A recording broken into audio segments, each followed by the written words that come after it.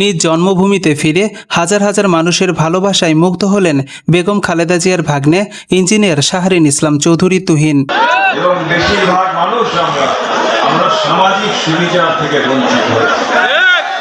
আল্লাহর রহমত এবং আপামর দেশের 18 কোটি মানুষের এই আন্দোলনের ফসল, বিশেষ করে বিএনপি এবং বিরোধী দলের 16 বছরে যে অনবরত আন্দোলন, যে আন্দোলন করতে গিয়ে আমরা শত শত প্রাণ হারিয়েছি, শত শত বিএনপি এবং বিরোধী দলের কর্মীরা গুমের শিকার হয়েছে, কত মায়ের বুক খালি হয়েছে, কত সন্তান হারিয়েছে বাবা, কত বাবা হারিয়েছে সন্তানরা, কত স্বামী হারিয়েছে আমাদের মা বোনেরা।